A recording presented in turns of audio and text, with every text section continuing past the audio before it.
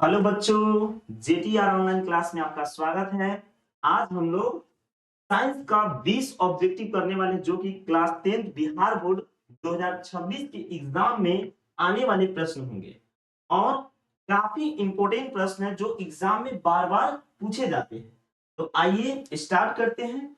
चलिए, 20 top most objective है जो एग्जाम के लिए काफी इंपॉर्टेंट है। तो आइए शुरुआत करते हैं।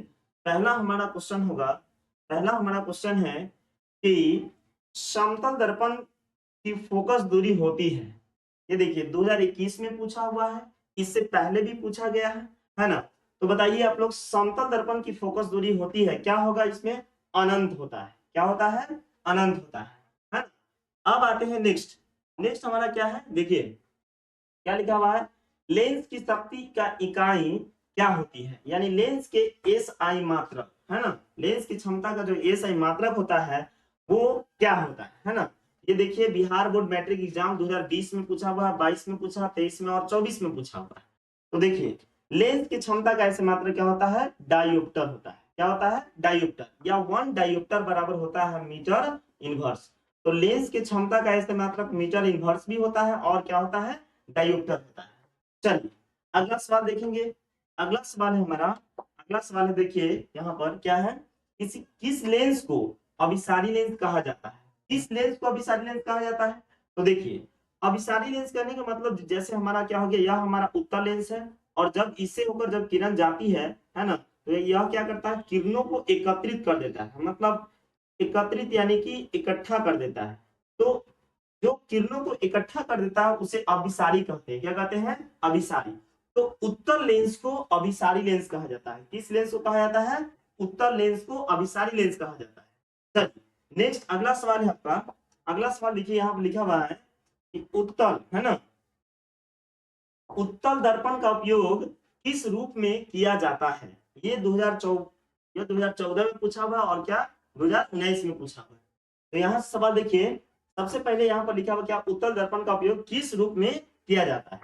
तो उत्तल उत्तल दर्पण का उपयोग जो है वाहन के जो साइड मिरर के रूप में किया जाता है। जो वाहन का जो साइड मिरर होता है, जैसे बाइक हो गया, बाइक का साइड मिरर का जो आईना होता है, उसके रूप में उत्तल दर्पण का उपयोग किया जाता है। ऑप्शन नंबर क्या हो जाएगा? ऑप्शन नंबर ए हो जाएगा।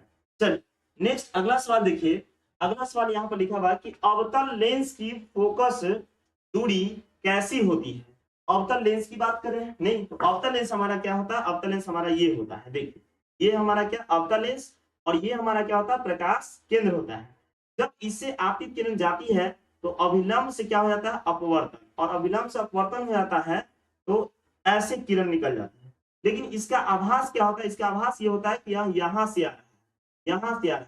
तो मेन फोकस इसका यहाँ होता है। और जब हम इसको कोऑर्डिनेट में बांटेंगे, तो देखिए यहाँ पर देखिए ऐसे कोऑर्डिनेट में बांट दिए तो यह हमारा हो जाएगा y डैश, यह हमारा हो जाएगा y, ये हमारा हो जाएगा x, और इधर क्या हो जाएगा x डैश। तो ये वाला इसी पर लाई होता है। तो अवतल लेंस की जो फोकस दूरी होती है वो क्या होता है? ऋणात्मक। क्या होता है? ऋणात्मक। इधर इधर में होता है फोकस दूरी, ये हमारा क्या हो जाएगा? माइनस में हो जाएगा। तो अवतल लेंस की फोकस दूरी कैसी होती है? ऋणात्मक होती है। ऑप्शन नंबर क्या हो जाएगा? ए हो जाएगा। चलिए अगला सवाल देखिए। अगला सवाल क्या है, नेत्र दोष सुधार में कौन सा लेंस उपयोग होता है? नेत्र में जो आंख में जो दोष होता है, जैसे दृष्टि दोष, है ना, निकट दृष्टि दोष, दूर दृष्टि दोष, ये जो दोष होता है इस दोष में कौन से लेंस का व्यवहार किया जाता है? तो देखिए पहला ऑप्शन उत्तल लेंस है, केवल उत्तल लेंस नहीं होता है। अवतल लेंस केवल अवतल लेंस नहीं होता है, उत्तल और अवतल लेंस दोनों होता है। उत्तल और अवतल लेंस दोनों का व्यवहार किया जाता है। ठीक है, अब आइए नेक्स्ट। नेक्स्ट आपका सवाल क्या है, किसी गोलाकार दर्पण की फोकस दूरी f है। किसी गोलाकार दर्पण की फोकस दूरी क्या है? f है, और उसकी वक्रता त्रिज्या क्या है? r है। तो क्या संबंध होता है इसमें? 2021 के एग्जाम में पूछा हुआ था, बिहार बोर्ड मैट्रिक के 2021 के एग्जाम में पूछा गया प्रश्न है, क्या है कि किसी गोलाकार दर्पण की फोकस दूरी f है और वक्रता त्रिज्या r है, तो इसमें क्या संबंध होता है? तो देखिए हमने पढ़ा था f बराबर क्या? r/2। अगर यहां से हम r का मान निकालेंगे तो r बराबर यहां से हो जाएगा हमारा 2f, है ना। यानी वक्रता त्रिज्या जो होती है वो फोकस का 2 गुनी होती है, या फोकस जो होता है वो वक्रता त्रिज्या के आधी होता है। तो इसमें ऑप्शन देख लेते हैं, ये नहीं होगा ऑप्शन नंबर 1, r बराबर 2f, r बराबर 2, यानी ऑप्शन नंबर हमारा क्या हो गया? बी हो गया, है ना। ऑप्शन नंबर हमारा क्या हो गया? बी हो गया। चलिए अगला सवाल देखिए। अगला सवाल है हमारा, अवतल दर्पण के सामने वस्तु कहाँ रखी जाए ताकि प्रतिबिंब वास्तविक व्युत्क्रम और समान आकार का। देखिए अवतल दर्पण की बात किया जा रहा है, तो अवतल दर्पण हमारा ये होता है, और इस अवतल दर्पण में जब हम वस्तु को, ये हमारा फोकस हो गया, ये हमारा वक्रता केंद्र हो गया, जब अवतल दर्पण में फोकस दूरी वस्तु को जब वक्रता केंद्र पर रखते हैं तो इसी का समान आकार का यहाँ पर भी क्या बनता है, वक्रता केंद्र पर ही इमेज बनता है, और समान आकार का और कैसा होता है, उल्टा होता है। अवतल दर्पण में जिस तरफ दर्पण होता है, दर्पण के ओर ही प्रतिबिंब बनता है, तो वो हमारा कैसा होता है, उल्टा होता है। कैसा होता है, उल्टा होता है, और कैसा होता है, वास्तविक होता है। लेकिन एक कंडीशन यहाँ पर दे रहा है कि अवतल दर्पण के यदि वक्रता मतलब कौन सा ऐसा जगह पर रखा जाए कि वस्तु के आकार का प्रतिबिंब का आकार का होता है और उल्टा होता है, तो कहाँ पे रखने पर, वक्रता केंद्र पर रखने पर अवतल दर्पण में वस्तु के आकार का प्रतिबिंब का आकार होता है और कैसा होता है, उल्टा होता है। चलिए ऑप्शन नंबर क्या हो जाएगा, ऑप्शन नंबर हमारा क्या हो जाएगा, ऑप्शन नंबर हमारा डी हो जाएगा, है ना। चल अब आते हैं नेक्स्ट सवाल हमारा। नेक्स्ट सवाल क्या है, देखिए दर्पण की प्रतिबिंबीय छवि कैसी होती है। दर्पण की प्रतिबिंबीय छवि कैसी होती है, तो दर्पण में हमारा अवतल दर्पण भी होता है, उत्तल दर्पण भी होता है, और दोनों दर्पण में अगर बात किया जाए तो वास्तविक भी होता है, आभासी भी बनता है, उल्टा भी बनता है और सीधा भी बनता है। यानी ऑप्शन नंबर इसमें क्या हो जाएगा, ऑप्शन नंबर हमारा ये हो जाएगा, जो इनमें से क्या होगा, सभी, ऑल हो जाएगा, ऑल, है ना। ये इसमें से कोई ऑप्शन नहीं, मतलब सारे ऑप्शन होंगे। वास्तविक भी बनता है, कैसा बनता है, आभासी भी बनता है, उल्टा भी बनता है और सीधी भी बनता है। चल अगला सवाल है आपका, अगला सवाल है आपका क्या, कि अवतल लेंस में किस प्रकार का प्रतिबिंब बनता है। अवतल लेंस की बात किया जा रहा है, तो अवतल लेंस हमारा ऐसे होता है, ऐसे ये होता है अवतल लेंस। और अवतल लेंस में जो हमेशा जो प्रतिबिंब बनता है वो कैसा बनता है, आभासी, और कैसा बनता है, सीधा बनता है। और उत्तल लेंस में कैसा बनता है, आभासी और वास्तविक दोनों प्रतिबिंब बनता है ना। तो इसमें क्या हो जाएगा, केवल क्या हो जाएगा, आभासी हो जाएगा, क्या हो जाएगा, केवल आभासी हो जाएगा। चलिए ऑप्शन नंबर क्या हो गया हमारा, ऑप्शन नंबर हमारा हो गया बी हो गया। चलिए अगला सवाल देखिए, अगला सवाल है मेरा, क्या लिखा हुआ है, उत्तल लेंस के सामने वस्तु कहाँ रखने पर बनने वाला प्रतिबिंब कैसा होता है। देखिए ध्यान से, उत्तल लेंस के सामने वस्तु रखने पर बनने वाला प्रतिबिंब कैसा होता है। तो उत्तल लेंस में जो प्रतिबिंब होता है वो कैसा बनता है, उल्टा बनता है। कैसा बनता है, उल्टा बनता है। तो ऑप्शन नंबर हमारा क्या हो जाएगा, ए हो जाएगा। ऑप्शन नंबर क्या हो जाएगा हमारा, ए हो जाएगा। चलिए और एक और कंडीशन होता है उत्तल लेंस में, जो सीधा सीधा और आभासी बनता है, जो कहाँ पे होता है, F1 और लेंस के बीच में रखने पर, है ना, F1 और लेंस के बीच में रखने पर सीधा और आभासी बनता है। चलिए अगला सवाल क्या है, अवतल लेंस में किस प्रकार का प्रतिबिंब बनता है। अवतल लेंस में किस प्रकार का प्रतिबिंब बनता है, ये क्वेश्चन रिपीट आ गया, केवल कैसा बनता है, आभासी बनता है। चलिए नेक्स्ट क्वेश्चन क्या है हमारा, नेक्स्ट क्वेश्चन है, निम्नलिखित में जल का अपवर्तनांक कौन सा है।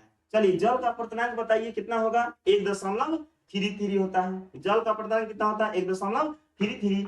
और हीरा का अपवर्तनांक, हीरा का अपवर्तनांक क्या होता है, सबसे अधिक होता है। हीरा का अपवर्तनांक होता है कितना, 2.242 है ना। और यह क्या होता है, सबसे कठोर पदार्थ होता है, ठीक है। चलिए ऑप्शन नंबर हमारा क्या हो जाएगा। अगला सवाल देखिए, प्रकाश के पीछे लौटने की प्रक्रिया को कहते हैं। प्रकाश के पीछे लौटने की प्रक्रिया को, जैसे मान लीजिए कि ऐसे आया और यह हमारा समतल दर्पण है, ठीक है, और इस पर ऐसे किरण आया और फिर इसी माध्यम में वापस लौट गया, तो लौटने की प्रक्रिया को प्रकाश का परावर्तन कहते हैं। क्या कहते हैं, प्रकाश का परावर्तन कहते हैं। तो आपका ऑप्शन नंबर क्या हो जाएगा, ऑप्शन नंबर हमारा क्या हो जाएगा, ए हो जाएगा। चलिए अगला सवाल देखिए, अगला सवाल हमारा क्या है, प्रकाश के परावर्तन के दूसरे नियम से किसका मान समान होता है। प्रकाश के परावर्तन कितने नियम होते हैं, प्रकाश के परावर्तन के 2 नियम होते हैं। और यहाँ पर क्या कहा जा रहा है कि प्रकाश के परावर्तन के दूसरे नियम से किसका मान समान होता है। ऑप्शन नंबर क्या है, आपतन कोण क्रांति कोण के बराबर होता है। गलत है ना। ऑप्शन नंबर, आपतन कोण परावर्तन कोण के बराबर होता है। तो प्रकाश के परावर्तन के दूसरे नियम से आपतन कोण परावर्तन कोण के बराबर होता है। जैसे यह हमारा हो गया आपतित किरण, यह हमारा हो गया परावर्तित किरण, इस पर लंब डाल देते हैं, तो लंब डालने के बाद यहाँ पर बनता है आपतन कोण और यहाँ पर बनता है परावर्तन कोण। तो यहाँ पर आपतन कोण बराबर में क्या होता है, परावर्तन कोण होता है, प्रकाश के परावर्तन के दूसरे नियम से, है ना। चलिए अगला ऑप्शन नंबर हमारा क्या हो जाएगा, ऑप्शन नंबर हमारा बी हो जाएगा, है। नेक्स्ट सवाल देखिए, नेक्स्ट सवाल है यहाँ पर, प्रकाश के अपवर्तन के कितने नियम है। प्रकाश के अपवर्तन के कितने नियम है, तो प्रकाश के अपवर्तन के दो नियम है। ऑप्शन नंबर क्या हो जाएगा हमारा, बी हो जाएगा। अगला सवाल देखिए, अगला सवाल है हजामत, है ना, हजामत यानी दाढ़ी बनाने में कौन सा दर्पण प्रयुक्त होता है ना। तो दाढ़ी बनाने में कौन सा दर्पण प्रयुक्त किया जाता है, अवतल दर्पण का प्रयोग किया जाता है, मतलब अवतल दर्पण का उपयोग किया जाता है ना। दाढ़ी बनाने में कौन सा दर्पण उपयोग किया जाता है, अवतल दर्पण का उपयोग किया जाता है। आज के लिए इतना ही ऑब्जेक्टिव रहेगा। फिर से अगले क्लास में आप लोग जुड़िए और इससे भी टॉप मोस्ट जो 2026 के लिए काफी इंपोर्टेंट प्रश्न होंगे वो अगली वीडियो में जरूर आएगा। जय